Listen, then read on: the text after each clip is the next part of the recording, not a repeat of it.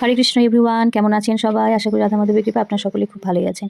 আনারসটা বানিয়ে নিলাম, আনারসের চাটনি করব বলে।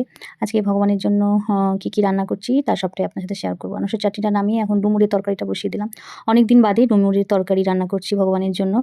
তো এটা সবসময় সব জায়গায় পাওয়াও যায় না। তো আজকে এই ডুমুরের তরকারিটা রান্না করে ভগবানকে নিবেদন করব, তারপরে প্রসাদ পাবো। তারপরে ডুমুরের তরকারির পরে করলা আলুটা ভেজে নিয়েছি, আর তারপরে যে বেগুন ভেজে নিয়েছি, বেগুনের সাথে হবে নিম পাতা ভাজা।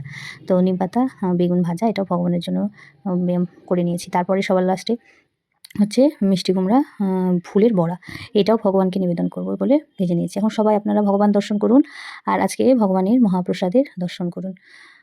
ভোগ দর্শনে দুর্ভোগ কাটে। তো আজকের ভিডিওটা কেমন লাগছে অবশ্যই জানাবেন। যদি ভালো লেগে থাকে তাহলে অবশ্যই লাইক করবেন। যারা নতুন দেখছেন তারা অবশ্যই চ্যানেলটাকে সাবস্ক্রাইব করে দেবেন। এখন আমি প্রসাদ পাচ্ছি নিম পাতা দিয়ে, বেগুন দিয়ে। হ্যাঁ, একদম মনে হচ্ছে যেন অমৃত। সবাই খুব ভালো থাকবেন। রাধে রাধে, হরি বল।